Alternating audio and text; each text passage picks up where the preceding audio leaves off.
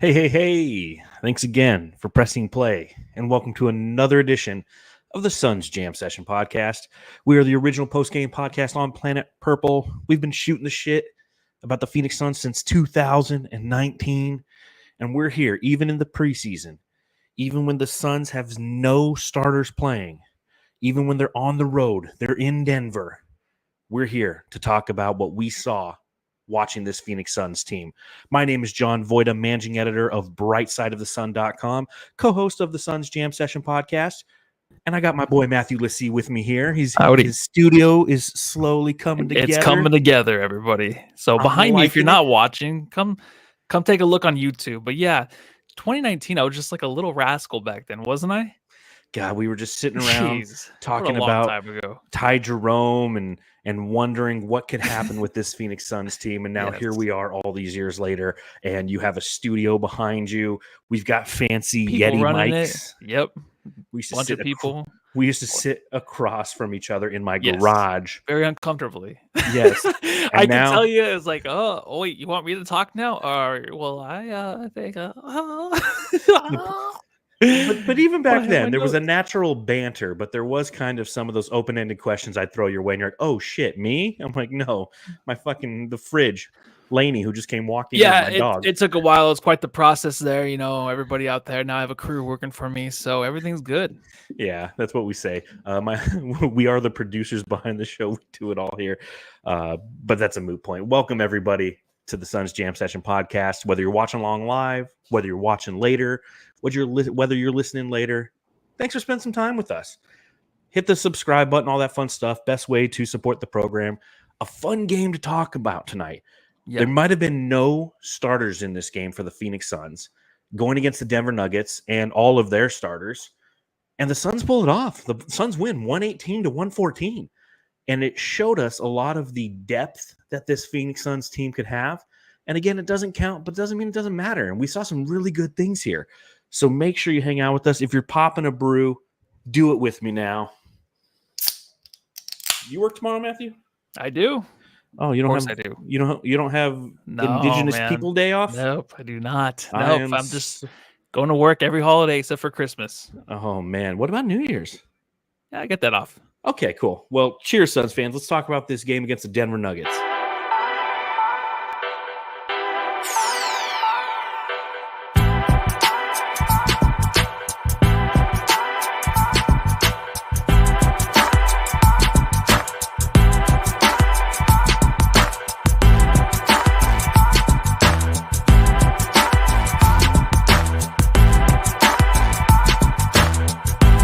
That's right, Suns fans. The Phoenix Suns win 118-114 in a game in which none of their starters played, and a game in which the Denver Nuggets did play all their starters and played them big minutes, because this is a team that played their first two games on the road, and by the road we mean the other side of the fucking world. They played the Boston Celtics for 2 games in Abu Dhabi over a week ago. This is their first kind of return to the States, try to get back in the rhythm, so they wanted to play their starters as much as they could, which brings me to my first question.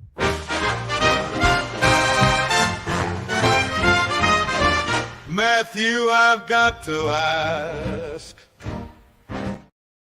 Matthew, I gotta ask. Don't you love games where there's no starters? I do. But honestly, like when you first see that, you're like, okay, there's no point of watching this game, right? But right now the Suns, there's the youngsters on the team you want to watch. There's a lot of guys coming back like Damian Lee, Plumlee that's got to prove himself, Bol Bol's got to prove himself. And they like to shoot the three. So it's going to be super exciting whether or not the starters are playing. So after seeing that, I'm like, it's going to be a night off, kind of, maybe for even the Denver Nuggets. But it wasn't. It was a team in the Nuggets that were trying to win maybe in the fourth quarter. Then, of course, laid off.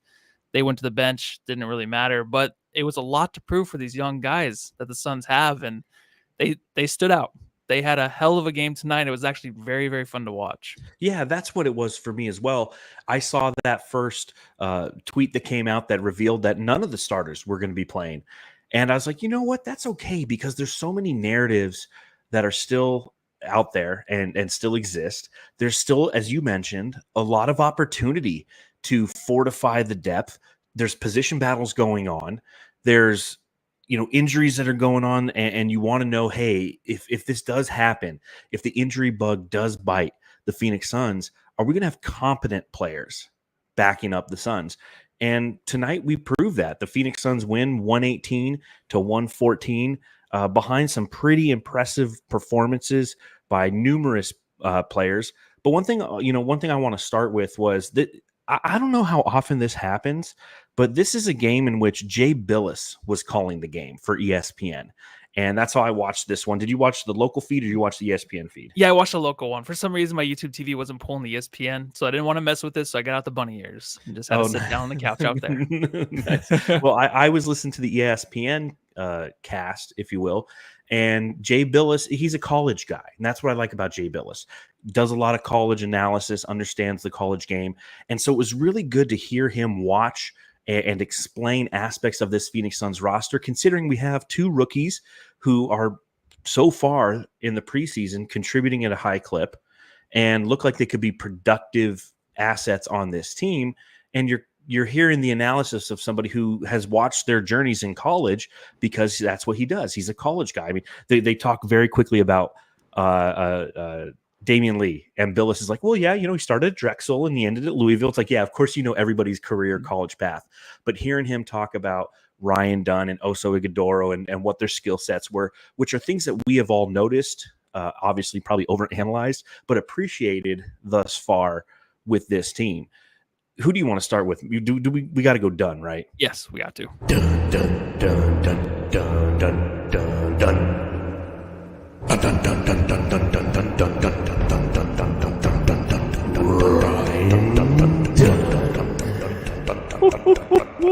Ryan Dunn in this game got the start, obviously, with the majority, well, every starter being out. And for those of you who didn't watch the game, my apologies, I didn't read off to you who the starters were. It was Monte Morris playing the point guard, Ryan Dunn playing the shooting guard, Royce O'Neal got the start at the 3, Bol Bol got the start at the 4, and Mason Plumlee got the start at the 5. But it was Ryan Dunn who played 30 minutes in this game, was 7 of 15 from the field, was 6 of 11 from beyond the arc. That's a 54.5% clip. 20 total points for him. He had 4 assists. He had 4 rebounds. He had 2 steals. He had 3 blocked shots. Ryan Dunn just stuffed that fucking stat sheet tonight, Matthew. He did, and he had quite the stinker of a game last game, so he might have been embarrassed kind of just dealing with Cade Cunningham last game, but we'll go with David Jokovic right here. Jolovich, the Phoenix Duns. I love this Duns. right there. Yeah, change the name because this guy's taking over this year. Yeah, like after the bad game, you kind of want to see how he bounces back, especially the first game at home in front of the home crowd. Came out, kind of laid an egg offensively. But man, the way this guy was hitting threes tonight, it was ridiculous. But it wasn't just about just making them. It was just like, keep giving me the ball because I'm hot. And he was owning it, looking at the bench. You love that confidence, right? Like you don't really see that from a lot of Suns players. I mean, that come off the bench. They're rookies too. Like this young guy that just has all this confidence. It is preseason, but it doesn't matter because this guy wants to show like, hey, I can make these shots. EJ's like, everyone that said he couldn't shoot. All right, well, what's he doing now in the NBA? Of course, it doesn't count right now. Yeah, I wish it counted so bad. But yeah, but he just has that confidence. Like, give me the ball, let me show out, and just let me show out to my teammates that are on the bench. Like, I want to make this fun. Even if he had missed a few at the end, it didn't matter. He's like, keep giving me the ball because he was hot. And you don't ever see those guys that want the ball over and over and over again. That was always, I feel like, an issue in the past with the Suns is when guys were hot, they would never get the ball consistently. But we know for a fact, I feel like when this guy is hot, he's going to ask for it. He's going to make sure that he's available. So that's another thing. I didn't see that. But his attitude tonight, I'm all for it. 100%. He wanted the ball. He wanted the moment. He wanted the opportunity. And it's like I said, Jay Billis was calling this game. Jay Billis was shocked. Jay Billis was like, oh, shit, if this guy has this in his game, like he already was considered one of the best defensive players in the draft. The reason he dropped to 28th overall is because he couldn't shoot. Fun fact, Ryan Dunn, while at Virginia, made 7 3-pointers last year. He made 6 in this game tonight. That doesn't count, but he made 6 of 11. I had a buddy who texted me after the last game. It's like, oh, he only shot 16% from beyond the arc in this game. Looks like that experiment didn't work. Looks like it did. I instantly text them back and said, hey, 6 for 11 in this game. I mean, Yeah. I mean, it was just so good to see him. He started out hot. He had those 2 threes in the first quarter. And, in such a small time, he's already showing what we thought we saw when we watched the tape.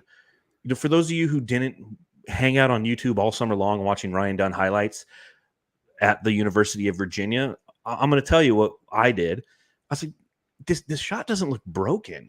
I don't feel like he had enough opportunity. It wasn't what he was primarily asked to do while at Virginia. He was the defender guy. He was the guy he was the fuck shit up guy for the Virginia Cavaliers. But now it's been asked of him to shoot the 3. He's willingly taking them. Like you said, Matthew, he has the confidence and he wants to take those shots. Yeah, you don't want to kind of skip over that either. I feel like the biggest part was really just having the bad game last game and how he's going to respond. Like that's huge because the first 2 games were all about him and Oso, right? Oso was okay tonight, but with them having to fall off last game and come back in a preseason game where he played a lot of minutes, him making sure that he's going to hit some threes and defensively was all over the place again. Like, it's just, that's the confidence you want from these guys because, like you said, with the starters out, there's going to be injuries. There's already injuries right now. Of course, we shouldn't probably worry about it because it is preseason. They want to be cautious. Of course. But when you have to want to count on some guy, like, if Dunn's in that starting lineup, it's like, all right, we're going to be okay. He's got our backs tonight. And we're talking about all of the offensive things that he did because he was offensive tonight. But he was also playing great defense. He had that block on Westbrook. He's already had to, in his brief NBA career, preseason, mind you, he's already had to guard LeBron and Jokic in the preseason. Like, baptism by fire or what?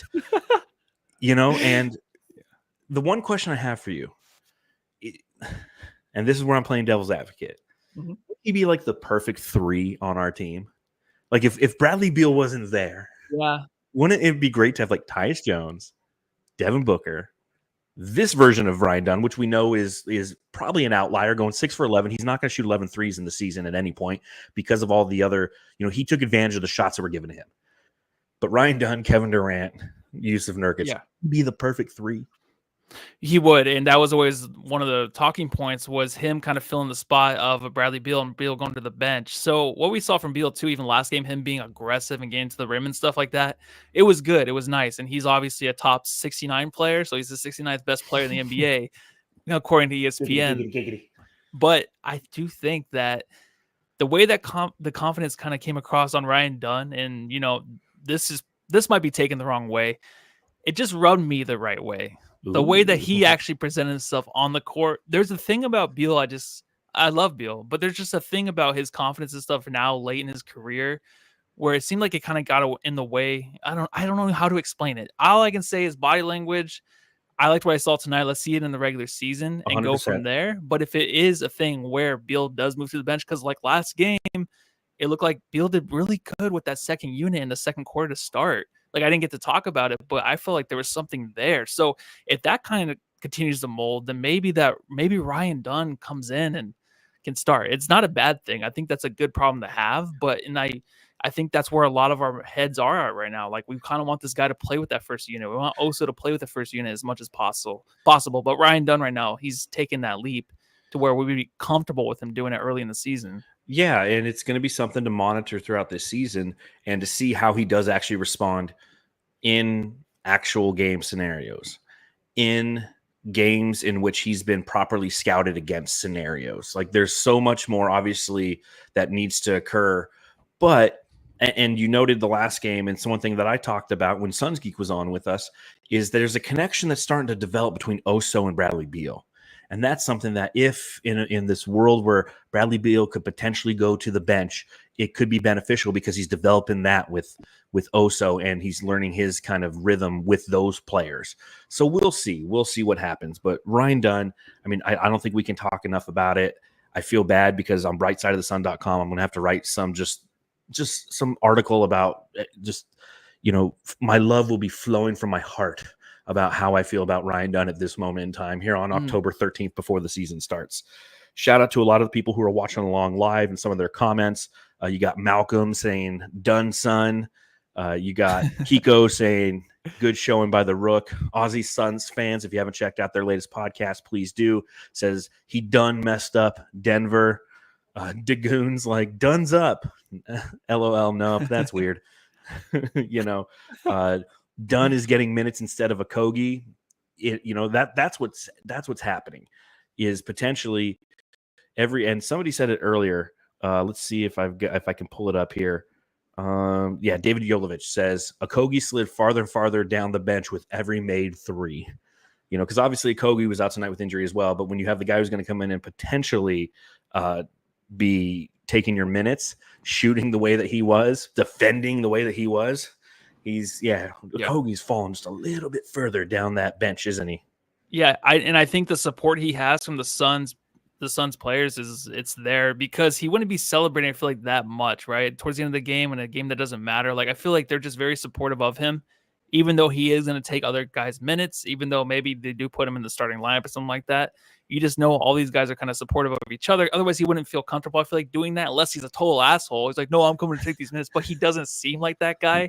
You know what I mean? So I feel like they're giving him that. They want him to succeed, and that's awesome. 100%. And it's an attitude and effort that he's been putting out there, and it's coming out, and you're seeing it night in, night out. That was an amazing performance. Yes. Another guy who had a really, really good game, Monte Morris. Oh, hey, Monte, I really ain't got your money, don't you worry. I said, hey.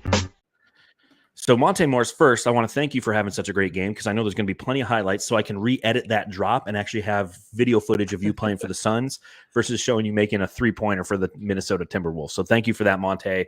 But 25 minutes played for him tonight. He was 7 of 12 from the field and 4 of 7 from beyond the arc. He had 20 points. He had 7 assists. He had only the 1 turnover, a couple rebounds in there. What did you see from Monte Morris, who also had 2 steals? Well, it was a shooting thing, and I think, like, when we're talking about Beal with the second unit, like, we would think like, hey, Monte's he's gonna facilitate more. But what I noticed too is Beal had the ball on more. He's more ball dominant, which was kind of nice because in the last game, right? In the last game, yeah.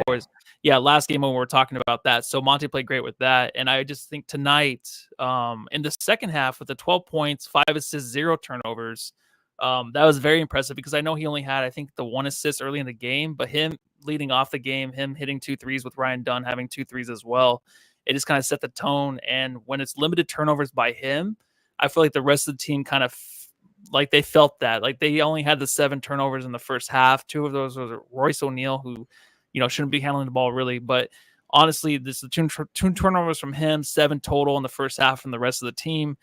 It's good to see that because I feel like with him and obviously Tyus Jones on the team, there's things that other guys can pick up. And there was just a lot of that tonight where it was a lot of good ball movement, a lot of good energy. And that was brought by Monte. And I love like his little mid-range shot, which was really weird in the second half where he came out, hit one, and then he kind of went to the same spot again, covered, and he missed it. But I don't think I've seen a jump shot from like that side of the floor in a long time from like a point guard. It just seemed kind of weird, but I love it. I mean, if he has it, it's nice. But this guy can just hit threes when he's not moving the ball around. I think Tyus even talked in the post game last game where he has like a hard time kind of, knowing when to stop sharing and kind of, shoot the ball, right? Well, Monte's a great shot maker, so he's not going to have that problem. I feel like, or he might have that problem where he's just like, should I facilitate with the second unit? If I'm in here with the first unit, what should I do? But I think he's very comfortable and confident with his shot, so it's always nice when releasing. I think that's what obviously Coach Bud wants this team to do, is just release and just keep shooting. Otherwise, he's going to get pissed, right? How smart a coach to come in here and just tell you to shoot the 3. I mean, that's all it takes, I guess. Yeah, but I feel like our last coach said the same thing, but then when they didn't, he's just like, yeah, well, it's okay. You guys do you. Like, yeah, I want you to be comfortable. He takes their phones away. Have a good time. Yeah, he takes their phones away. Takes their phones away. No Instagram. No Instagram models. You can't Instagram you can't order any Instagram models while you're in Denver until you shoot threes. And, speaking of threes, the Suns shot 50 threes on 91 field goal attempts, and they hit 23 of those 53s. That's 46% from beyond the arc. That's unbelievable. But I hear what you're saying about Monte Morris, and I agree. And what I'm a little bit shocked at is between Tyus Jones and Monte Morris, we go back to earlier in the summer, Suns fans. Remember when we got Monte Morris? We're like, fucking A, finally. Like a guy who can shoot the 3, a guy who can distribute, and a guy who takes care of the ball. Like, that's exactly what we're missing last year. And we got 2 of them. this offseason. And when he was featured tonight, it gives you that mental, and that's what a lot of this game was. It gives you this mental calmness, knowing that our depth isn't as shallow as others may say or believe. Because going 4 of 7 from beyond the arc, going 7 of 12, distributing the way that he did, going for 20 and 7 is a solid performance from your backup point guard against starters. That's the other thing in this. Again, this game doesn't count. And maybe we'll reference this game once or twice throughout the entire regular season, but in the books, it doesn't count. But I'll say it again, it matters. It matters the way that Monte Morris went out there this evening and showcased his ability and gave at least me a calming confidence in what he can do and how he can play with the players around him and how he can set them up and how he can take advantage of the spacing that's going to be provided to him. Because that's the one thing we haven't really explored when we've talked about gaining these point guards on this team is the spacing that's going to be provided to them. You know, what was the stat that they were talking about? And I didn't realize this. When Kevin Durant went for 21 points a couple games ago, he had all 21 of those points on one dribble. One dribble. That's fucking insane. Is that the first game? That was the game where he scored 21 points. So okay, 2 games ago. Two games against Detroit at East Lansing. Okay. One dribble. That means he's being set up to where he can just shoot. And guess what happens? The rest of the offense feels that. They're going to be set up to where they can shoot. And if not, if the opposition is closing in and contesting those shots, a whip around pass, it's going to find its way back into the hands of Tyus Jones. It's going to find its way back in the hands of Monte Morris. And they know what the fuck to do with it. And that's what we witnessed tonight. Yeah, and John, I apologize because I know we're going to probably set up a short after this one. I probably just interrupted that one. You know, I can snip. Snip me out of it and be like, wait, what, the first game? Damn, you're like, yes, Matthew. Hold on. I got something right here, dude. You're fucking up my shorts. I'm on second number 45, all right? I got 5 more seconds on this one. Yeah, you know, I did notice even like last game at home, like, you know, with Kevin Durant handling the ball too much, it just looks so bad. But you're right, in the second game, it just was easy for him. But Monty just brings that kind of calmness. Like he has that reassurance when he's on the floor. Number 23, when I see him, I'm like, okay, I feel good with him out there. Like he's like the commander they need out there. Even if he doesn't have the ball, there's just something about his energy already that I'm feeling in preseason that, you know, hopefully goes over to next season and to the real season, not next season, the real season after preseason. Once that happens, I'm going to be like, all right, we got ourselves a guy. If I could feel that a couple weeks into the season, I'll be like, all right, we got ourselves a real backup. But I think we already do have that for sure. And that's the key. That's what's super important about understanding how to, at least the way that I process the preseason, is this developing confidence? Are we seeing growth game to game? Even if we lost this game, it's like, did we see growth? I felt when we saw Ryan Dunn come out in the first quarter and hit those 2 threes after having a 1 of 5 from beyond the arc performance in the last game against the Detroit Pistons, I saw right there, I'm like, there's growth. Just as you mentioned, Matthew, like he has the confidence to take those shots after having a bad game. As a rookie, that's important. So there's the growth. The fact that they come out and win, it just makes it more fun. It makes it more fun to see them win, to see ASU win this past Friday, to see the Dodgers just win game 1 of the NLCS 9-0 over the New York Mets. It just makes you feel good, doesn't it? Oh, yeah. It all around. Like, you want the Dodgers to win. The Yankees play tomorrow? Yeah, they play tomorrow. Okay. Yeah, they play tomorrow. The Dodgers play at like 1 o'clock. So I'm glad I have the day off. Oh, wow. The NLCS at 1 o'clock. That makes no sense. But yeah, the ASU thing was nice. Notre Dame did win too, right? Yeah, but they dropped in the standings. They went from 11th. Stanford. They killed them. Fucking bullshit. It was funny because it was 12:30. I'm like, all right, I'm gonna watch them, and of course I was somewhere else, and I'm like, damn it. But at least they won. And the Cardinals came back after their big win against the 49ers, and they did good today, and they pulled off another victory. Yeah, horse shit. They got slapped in the face almost as bad as the Dallas Cowboys. I picked up that Packers defense for that because that's the way the Cardinals are. Smart, very smart. Taking a look at some of the comments in the chat, and again, thank you for hanging out with us in the chat. I know it's preseason, but you're feeling it as well. Joey Lucio in the chat says Darth Suns won, and so did the Dodgers. Let's go. Thank you for like the only other person, because Francisco comes right behind and says fuck the Dodgers, and then Scott says boo Dodgers. How dare you say boo? It's like not the Dodgers yet. Yes to ASU and Suns. I get it. I'm an anomaly. I grew up in Southern California, and I love my Dodgers, especially this time of year. Actually, I hate them this time of year because normally they fuck up. But give it time. Give it time. All right, another good piece of conversation. Look, up in the sky! It's a bird! It's a plane! It's Bol Bol, motherfucker. Bol Bol. Bol Bol, 28 minutes played in this game, 14 total points, 7 rebounds, 1 assist, 1 steal, 1 block shot. He was 5 of 10 from the field. He was 4 of 5 from beyond the arc, Matthew. What did you see from Bol Bol? Because I got a lot of thoughts going on inside my head. I want to hear what you saw. Yeah, let me get to it. Just really quick though, Kevin O'Connor did say Ryan Dunn might be the steal of the draft. The Suns really might have hit a grand slam with him, so Cheers that to makes me feel better. So it does matter to other people out there but us.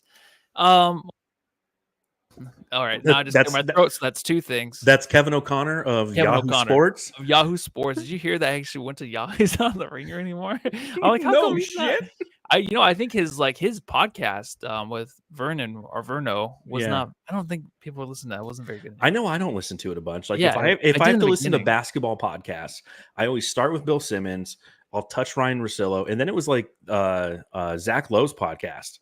Yeah, And that one's gone now. now that one's gone. Yeah, I'll listen to Kevin O'Connor's. I think it started last week, a new podcast. So I'm gonna give it a Okay. little check. I'll check that thing out. But yeah, I love that we're bringing up Bol Bol because I'm a big fan. But tonight, there's a stint in the second quarter where he comes in. He jacks up a 3, totally misses it. It looks ridiculous. Hits the back of the rim, back right of the rim, He's only missed bounces one. off.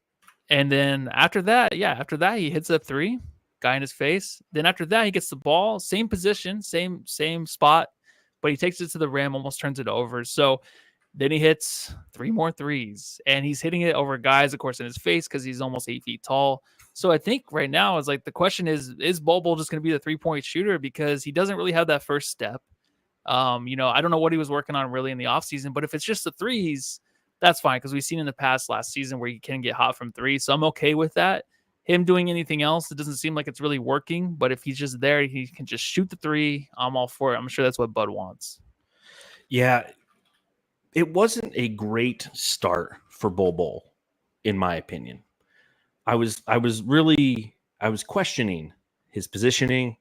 I take a look at what I have written in my notes for the beginning of the game, and I'm just like, okay, lost of opening defensive assignment. Like the first play of the game, he lost his defensive assignment. He didn't know if he was on Aaron Gordon or Nikola Jokic. Just didn't know.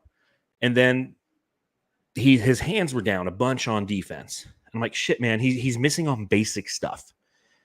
Like Bol Bol, when he puts his hands out on defense, and I've said this before, he can be an intimidating factor just by squaring a guy up when he's on the perimeter and put his hands out, block the guy's vision. But he's standing there with his hands down, just looking at the guy. And it was Michael Porter Jr. Though. What's that? That's creepier when his hands are down, I feel like. It is. It's not right. He shouldn't do that. He needs to have his hands out and be menacing. And I was just like, man, like stop missing on some of the basic stuffs. Stop missing on understanding where your positioning needs to be. Stop not being the defender that I believe that you can be. And then as the game progressed, he got more comfortable. And it's something that we've talked about a little bit. You got to get Bol Bol minutes to get him comfortable. Frank Vogel, when he began coaching Bol Bol last year, would only play him like 9 to 12 minutes at a time. And when he did, Bol would have subpar performances. He'd be lost on defense. He'd miss his shots. His confidence would go away. And then as time progressed, when we hit about the mid part of the season, Frank Vogel allotted him more minutes. He was playing between 12 and 20 minutes. But all of a sudden, things started happening. Great things started happening. You started to see him in transition. You started to see him getting comfortable with his three-point shot. You started to see him get comfortable with his mid-range shot. And that's when kind of Bol mania began. And then Frank Vogel just sat him because Frank Vogel doesn't know what he's doing. But what we saw tonight was you give him an opportunity, you give him some minutes, and he's going to get comfortable and he's going to assist this team in a positive manner. Now, he's not going to get 28 minutes in a regular season game. He's not going to get a start in a regular season game. But you get this guy about 18 minutes a night, I think some really good things can happen. He's still going to miss on a lot of those basics, and that's going to be the thing that I'm going to be worried about throughout the season, is from a basic fundamental standpoint, he just forgets to do some things. Again, Bol, keep your hands up, man. Keep your hands up. Yeah, those should be things where he just has them down. I wonder if he had a talk maybe with Bud, and Bud's like, hey, we're gonna really give you, like you said, that 16 to 18 minutes. Like, just go out there and play. We know it takes you some time. We have the confidence in you. Don't worry about just coming out in the first half and never going back in. If you mess up, like, we kind of want to stick with you, even going into the season. So if he has that in the back of his mind, maybe that'll help. But I just right now, and honestly, I've always loved Bol, and I was so high on him. I'm just not seeing it right now. I was very excited to see him this preseason because I want to see what he was working on and stuff, and to see if he would, blow my mind. It just hasn't happened, and I'll be like, well, give it time in the season. But like, yeah, that's fine, but I got to just kind of go off of the preseason, what I'm seeing from the other guys too. Like even Gillespie, like these other guys are just so much better than what we're seeing from Bol. It's really just it's disappointing. But maybe the regular season is a different story. But right now, I'm just not very high on them, even though last year I definitely was at this time. I completely agree with you. If you look on the trajectory of everybody who's on the roster and played thus far, you've seen growth pretty much across the board, except for Bol Bol. Tonight was the first time that I got a little bit excited because he was, as you mentioned, hitting some of those difficult 3-point shots. And that's where he can progress and display that growth. But when you compare him to how the rookies have come in and impacted this team, how Royce O'Neal looks better, how Monte Morris looks great in a Phoenix Suns uniform, and Tyus Jones and the new additions and how they're making an impact. As you mentioned, Colin Gillespie and how he's performed. Yeah, Bol Bol is behind the curve on everybody, and we're all rooting for him to kind of catch up. And tonight might be a step in that direction. Because again, that's what we talk about with the preseason, is as long as you see growth, as you see progression, you see learning, then you're headed in the right direction as we prepare for the regular season, the ups and downs from that regular season that we know is going to lie ahead. All right, who else do you want to talk about? Well, we obviously don't have a drop, but Gillespie would be nice to talk about. Let's talk about Colin Gillespie. Right. Yeah, real quick. 22 minutes played. He was 4 of 7 from the field, 1 of 3 from downtown, 12 total points, had 6 assists, and had 4 rebounds and a steal. Yeah, let's steal what David Yolovich said again. Colin G is Baby Nash. You can kind of see it a little bit. There was that play, and I don't think I've seen this in a long time from a Suns point guard because we haven't had one, but where he's in the paint and he's dribbling it around, you're like, oh, he's fucking lost. But he has a double team on him, and he's just waiting for Frank Kaminsky or someone to cut, and he hits him perfectly for the dunk. Like, that was exactly what Nash used to do. Like, just sit there and kind of wait and then hit somebody quick. But this guy just plays with the same kind of energy as the Ryan Dunn. He's the same kind of dude on the court. He has the same demeanor. Like, he wants to kill people out there. And he does it defensively as much as he can. But offensively, like, he can run that unit and hit guys, like, from across the court. Like, he's an amazing addition to have. Like, I'm really happy that he continues to get better and better. And, of course, he's going to get a lot of minutes tonight. And next game, he'll probably play almost the whole game. So I'm excited to see what he looks like against the Lakers. Is it right? Next game? Yep. Last Lakers game? On Thursday. Yeah. I want to see what he looks like again in the next game because there's something there. I'm not sure if he's going to be really a guy getting minutes this year, but there's a consistency there that I want to keep seeing through the season and maybe gets little minutes here and there. Yeah. I don't know how much we'll see of him during the regular season. He's a two-way guy. He's potentially somebody who will make an impact on the G League team. It's a minus 15, sorry. and that's not a horrible thing. It's not a horrible thing to be somebody who contributes on the G League team because, again, what are we talking about? We're talking about depth. And he's somebody who can have an impact relative to depth for this team. And he does have some of those foundational skills. And, again, that's what you kind of look at. Like, what's James Jones' archetype? It's a guys who have solid foundations. They might not be elite at one thing, and that's what we used to think that James Jones would bring in. It's like, oh, he's going to bring in Cameron Johnson. He's an elite three-point shooter. That's his one thing. Oh, they're bringing in Jalen Smith. He's elite at wearing glasses. They're bringing in Tumani Kamara. He's elite at having a weird name. But what he's bringing in is guys who just have a good foundational skill set. And you think back to teams that are successful, and it's the teams that are foundationally sound. The Spurs for all those years, they beat the Suns with foundational skill sets. The Denver Nuggets, the team that won the championship 2 years ago, foundational skill sets. And if you have that, you can build upon those. And bringing in players like Colin Gillespie and Ryan Dunn and Oso Ighodaro, these are players who have solid foundational skill sets, and you can add upon those. And why they might not have high ceilings, they have high floors. And I think that that's important. So how much will we see of Colin Gillespie? I don't know, but he has impressed me in this preseason, and I'm glad he's a Sun. And he was comfortable being there because he played with the Nuggets last year. Yeah. Which brings me to a little section that we like to call Trivia Time. You know what time it is. Trivia time. All right, Matthew, we played the Denver Sure. Nuggets tonight. How many members of the Phoenix Suns are former players of the Denver Nuggets? Currently on the roster? Currently on our roster. 4. Who are they? Monte Morris, Gillespie,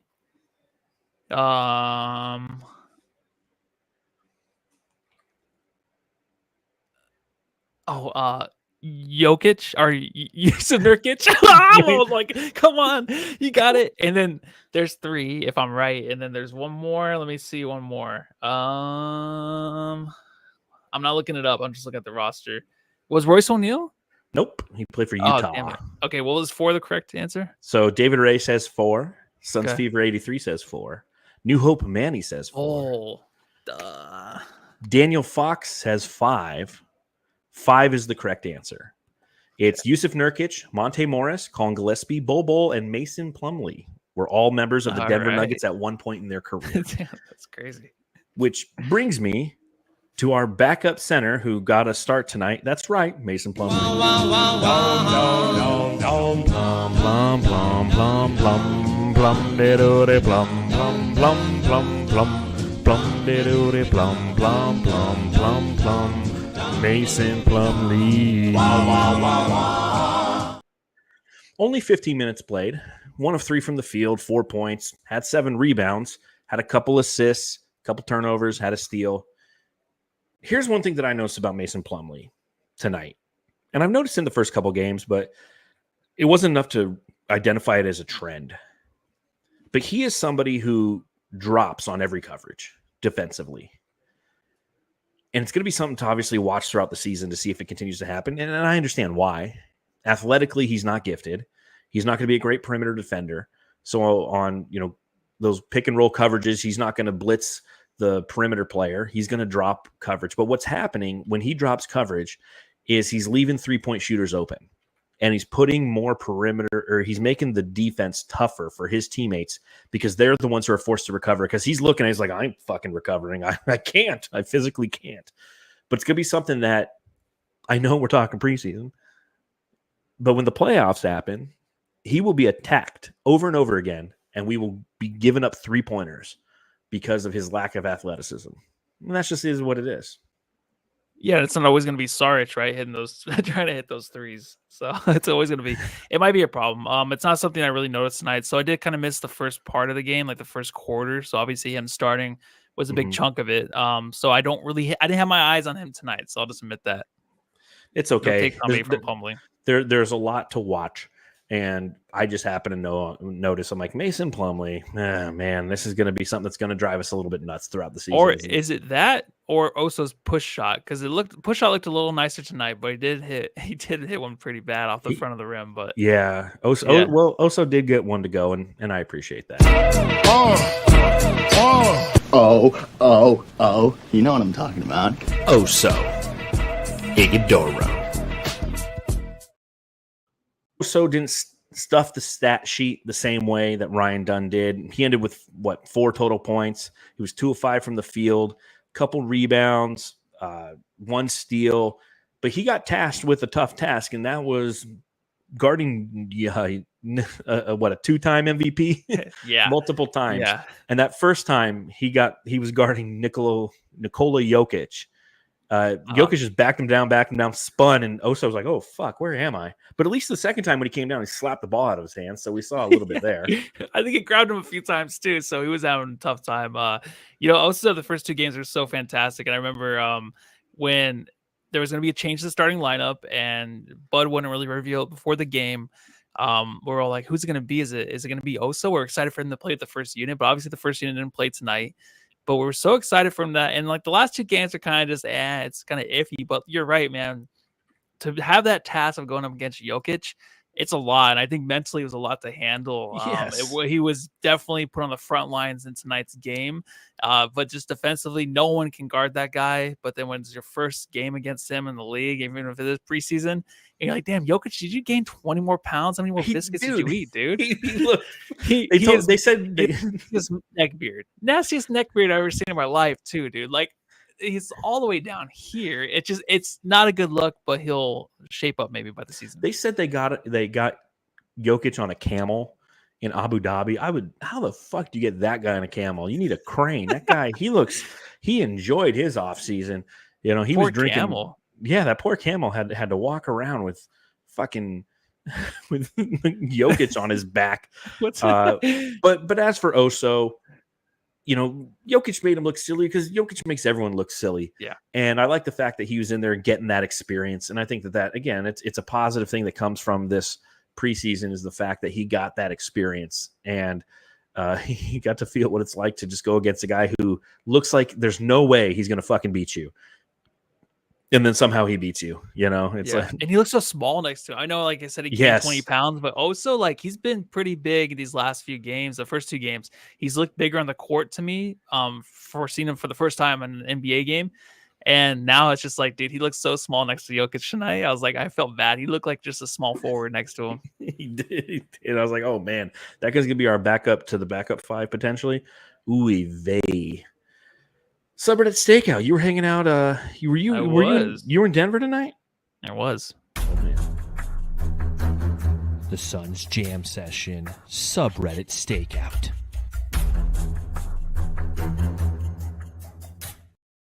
And I see you once again more disguise. Still nothing, dude. I've been thinking too. I'm like, I don't know what to do. So I have one idea, but I gotta try it out first. There'll be something for the first game for sure. I'm just not gonna pull it out yet for preseason. Preseason mode. Yeah. All right. I don't want to give it away yet. What were the fans of the Denver Nuggets saying on the R Nuggets subreddit tonight, Matthew? A lot of Murray talk, a lot of fat Murray talk. Yeah, Fat Murray, huh? Jamal Murray. A mistake, I guess. I don't know. So some of these are pretty good. I'll try to get through them. Okay. I don't know why I'm laughing so hard at these. Murray's so fat he can't even play 2 halves. Shake my head. He knows what he needs to do and still gets to sit on the bench. A lot of bad talk in between all these comments about Jamal Murray. Sitting here in Taco Bell, the song Bad Moon on Rise is playing. I'm pretty sure this is a song metaphor for Murray's contract, signing that 4-year, $208 million contract early September. So, Ooh. Yeah, they're just not happy with that, man. They're not. I don't think Denver fans are happy with what they're seeing from the team. When the front, what was this one? Okay, when the front office asked Jamal to play more like Jokic, they didn't mean guzzle so many chili dogs that you burp pinto beans and sausage casings. So that was good stuff. Yeah, that was really good. These Nuggets are unrecognizable. New numbers, new hairstyles. Shuffle Chessbroke is on our team. What kind of bizarre world is this? Shuffle Chessbroke. Oh, instead of Russell Westbrook. Yeah, but what is Shuffle Chessbroke? Well, he shuffles. He shuffles and then Chessbroke. They were really reaching on that one. They were. It got me though. I still think it's rad as hell that Russ is a Nugget. So there was a lot of positivity. I love the rad as hell. I love when people say rad, so I had to throw that in there. Very and 80s. this is more about, we were talking about ESPN let go a lot of people. Zach Lowe was one of them. Yeah. And it was just, it's disappointing, I guess, but I don't watch ESPN. But they're saying, why the fuck did ESPN lay off everyone but Perks and Boris Dirk? So Perks and Boris Dirk, obviously, I never liked Boris Dirk. Is it Doris Burke? Yeah, it's not Boris Dirk. It's Doris Burke. Boris Dirk. Oh, I'll go with Boris Dirk, dude. And Perks. Yeah. I don't know what's going on at ESPN. So yeah, they kept Perk because he's the guy who you can make YouTube shorts at when he just says dumb shit. Yeah. He's like their dumb shit guy. I love the way they're going. We got 2 million views on that. Let's keep him. Meanwhile, like Zach Lowe, who's got really good analysis on basketball and players and in-depth conversations with people in the sport. They're like, nah, we don't like quality in our content. We want quantity in our content. So if you're the head of ESPN and you had to make moves and you had to have a certain direction to go with basketball, like what would it be? Would it be more of like the Ringer, just having the few podcasts? I don't know. Like, you know what I mean? Like, what do you do as a network? I think obviously it's a loaded question because you have to take a look at the analytics. And unfortunately, I think that from an analytical standpoint, they see views, and views is what they sell to their advertisers. And advertisers is a big chunk of how they make their revenue. So that's the route that they're going. But I don't think that they realize is that's a short-term solution to a long-term problem. And the long-term problem is their content has gotten worse and worse over the years. And with more options out there, people are going to turn away from their content. Will they still get the views? Yeah, they'll get the views because there's a lot of people who are quick-hitted. They just want to watch something for 15 seconds. But if you want to strengthen the long-term trajectory of your fan base and your viewership fan base, you put quality in front of them because people are going to turn to quality. There's no one out there, I feel, at this point who truly does quality on a consistent basis. And I know it ain't us. I know it ain't us. What are you talking about? Boris Dirk, dude? Yeah, Boris Dirk. Who says Boris Dirk sounds like a Russian porn star? But like the Ringer does a good job. I enjoy the Ringer. Yeah. The Athletic used to do a good job, but then they put everything behind a paywall and they diluted some of their content. Barstool's probably the most consistent. But Barstool is more, tongue in cheek kind of stuff. Yeah. Which has its own place, and I understand that, but they're missing out. Like there's a corner of the market that they possessed at one time that still exists, and no one's claimed that market yet. No one sat there and said, you know what, we're going to be the in-depth people. You can still make shorts. You can put out quality content on a program and still have a short, and it can be something that can bring you to another. It's like, hey, here's a really good observation on the Phoenix Suns and their front office and how they've navigated the second apron, and it could lead you into something else. So, yeah. I mean, I obviously don't have the answer, but it's an interesting conversation, that's for sure. Oh, it definitely is, and I think ESPN is just too fake. Everything else is real that's out there, like the Ringer and Barstool. People want real. 100%. Anything else from Subreddit? That's it, man. The Suns Jam Session Subreddit Stakeout. All right. Anything else that you had in your notes on this game? Let me check. I had a couple more things. Yeah, let me just pull those up because I had them somewhere. Where did they go? Oh, they must have fell off my desk. Here, hold on. That is it, my man. All right. A couple things that I had to add. Jalen Bridges. So Jalen Bridges, obviously a two-way player, a rookie, was 1 of 6 from the field, all those being from beyond the arc, only the 3 points, 4 rebounds, a couple assists. We mentioned a couple shows ago, Jalen Bridges is one of those guys who it looks like he has the physical intangibles, but man, his shot, like he lacks everything that Ryan Dunn's doing right, Jalen Bridges is doing wrong. Like he lacks the confidence. He's searching too much, and it's okay. Again, he's a rookie. Like what we're seeing from Jalen Bridges is kind of what I expected from Ryan Dunn. Was like, he's got this really good skill set. It's a defensive skill set, but it's going to take him a while to develop that confidence. I didn't expect Ryan Dunn to step in and just play as well as he has. Jalen Bridges is more the archetype I thought he'd end up being, and that's why I really am a fan of the fact that we have a G League team, because I think that Jalen Bridges is the guy who's going to need reps. Yeah. And you put him into the G League, and we're going to see good things.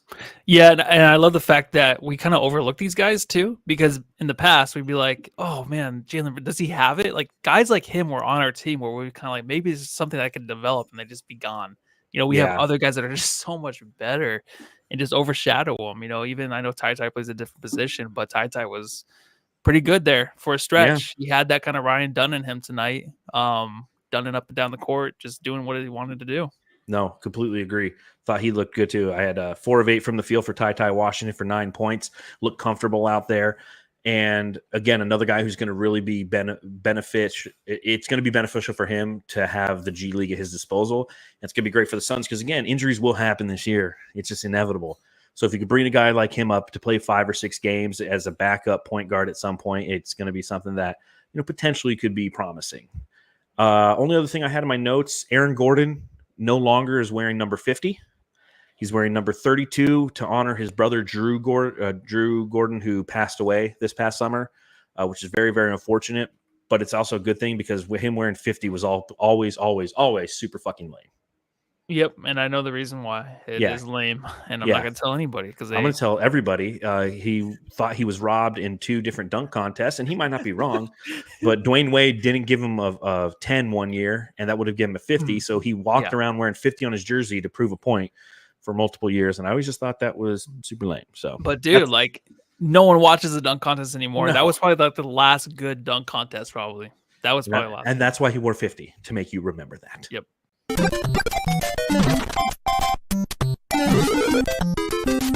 Jam star of the game. All right, ladies and jamsters, it's a reminder, hit that thumbs up button if you happen to be watching along on YouTube at any point in time. If you're listening at any point in time and you happen to be on Apple Podcasts, rate us 5 stars, leave a little review. We'll read it right here on the pod. And if you're on Spotify, just leave us 5 stars. We truly, truly appreciate it. And let us know in the chat who your jam star of the game is. Matthew, I'm going to let you go first this time as you weren't present for the Jam Star last show. Who do you have as Jam Star of the game? I'm going to go Ryan Dunn. Stole the show tonight. Second time this preseason you've given it to Ryan Dunn. I think I'm going to have to agree with you, and I'm going to have to agree with a lot of our Jamsters who are watching along live. You got Seth Logan Hopkins says Dunn and Dunn. Brian says Ryan Dunn. David Ray says Ryan Dunn is my pick for Jam Star of the game. Morris gets a close second, and I agree with that as well. I agree too. Is it your third time you give it to Dunn? It's my first time. Oh, first time? Okay. First time. Game 1 was Damian Lee. Game 2 was Oso. Last game was Kevin Wayne Durant. Maybe last game's the one where he scored 21 points. Last game he scored 21 points. Maybe it was the last game or 2 games ago. The one where he did one dribble. Yeah, I don't know. You were at the game. Let's see. We got a couple comments in here. Let's see. Luke, a 1-game sample, although the Nuggets are now 0-3, but the Nuggets look very beatable. I agree with that. And that's something that when we did a lot of our division previews that I noticed when I talked about the Denver Nuggets. I feel like they're 2 years removed from their championship. They've had to dismantle some key members of that team. Kentavious Caldwell-Pope is he with the Magic now? They have Christian Brown is going to be their starting 2. Jamal Murray apparently is chugging maple syrup up there in Canada and hanging out with he's hanging out with this guy behind Circle K's, and this guy's smoking cigarettes and he's eating all those Circle K hot dogs. The Sarge smoke break. That's right. Yeah. We had some Dario Sarge tonight, ladies and gentlemen. Oh, he has those donut holes you can buy. Or yes. Is it like those little donuts, the powdered donuts? Yes. Ooh, he's just smashing on those. Cops are pulling up. They think he's got a cocaine problem. He's like, no, I swear it's powdered donuts. So what do you think about Denver? I honestly can kind of compare him to, these guys are out of shape right now. It doesn't seem right, but you want to compare him maybe to like the Packers or something like that. Because I feel like the Packers are going to have like a second half that's really strong. I think that's the way they're going to be this year. They're going to start a little slow, but finish strong. I'm not high on them at all. I think, what did I have them on my rankings? Was it like number 6 or something? I don't know. I could look them up real quick. 7? Yeah, I think it was like 6 or 7. I'm pretty sure. So I'm not really high on them this year. So I think it's going to be a slow start, a lot of questions, but then they'll finish strong enough to make the playoffs. Yeah, taking a look at our preseason rankings, for those of you who didn't listen along, Matthew and I ranked every team in the Eastern Conference and the Western Conference and then kind of said, hey, this is where we think they're going to end. The Denver Nuggets I had ranked loading at 3rd overall. You had them 7th. 7th, okay. Yeah, I knew they were low. Yep. All right. We got Mark in the chat. He says, please let me know how our Suns come out with this effort against all the Nuggets starters and played only one of our starters played. Who's our starter who played? None of them did. None of our stars played. But anyways, yeah, none of our starters played. Yeah, no. But he goes, but then how bad our team looked last game makes no sense. Mark, welcome to basketball. It's preseason, and yeah, it is basketball. That's basketball. The way Always game. It's to the game, same it question. It's changes. like, why are the Suns playing against a wounded Houston Rockets team who have, 3 of their starters are out, and how did we lose the game? And if this is your first time watching basketball, I understand it's a valid question. If it isn't, like, just go back and look at any time. It happens all the time where I don't know. It's Ask just EJ too. Eddie Johnson would know. yeah. You don't want those young guys to get going because they can hit shots, and once they hit shots, they're gonna. I don't know what he says. Yeah, you just don't know. You just don't know. Last question I have for you. Well, we'll do this real quick. Next up for the Phoenix Suns, Thursday they are playing the Los Angeles Lakers. It's the final game of the preseason. It's at home here in Phoenix. Anything you're looking for in this game, Matthew? Not really anything. I think a lot of questions were answered this preseason. Like I'm pretty hyped for the regular season to start. Of course, you could pick out a few guys like Plumlee and Bol Bol again, but even then, like it's fine if they show up, have a good game. I'm good with it. But I love our roster. I love how all these guys are kind of showing up in preseason, showing what they have. So there's nothing else left. If we could just skip this game, I'd rather just skip it and go to the regular season. Yeah, I would as well. But it's a one last tune-up.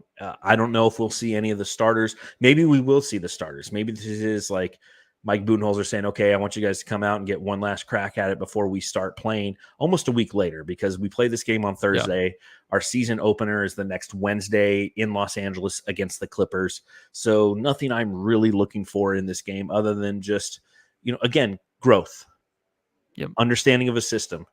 And the Suns seem to have bought into that system. 53 pointers tonight. Unfucking believable. Last thing I have to ask you before we get out of here. Have you seen the Netflix series Starting 5?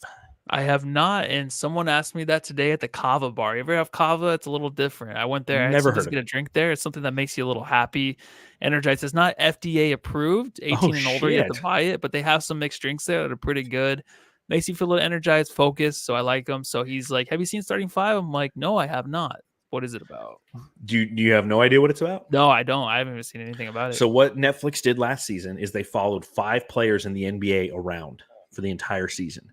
And I think it's 8 to 10 episodes, and I'm already like 3 or 4 through. They follow Jason Tatum, Jimmy Butler, Domantas Sabonis, LeBron James, and Anthony Edwards throughout the entire season. And there's one thing I've learned in watching this. Anthony Edwards is like a child. He's like, the fact that he's so good at basketball, like if he gave a shit, he'd be even greater.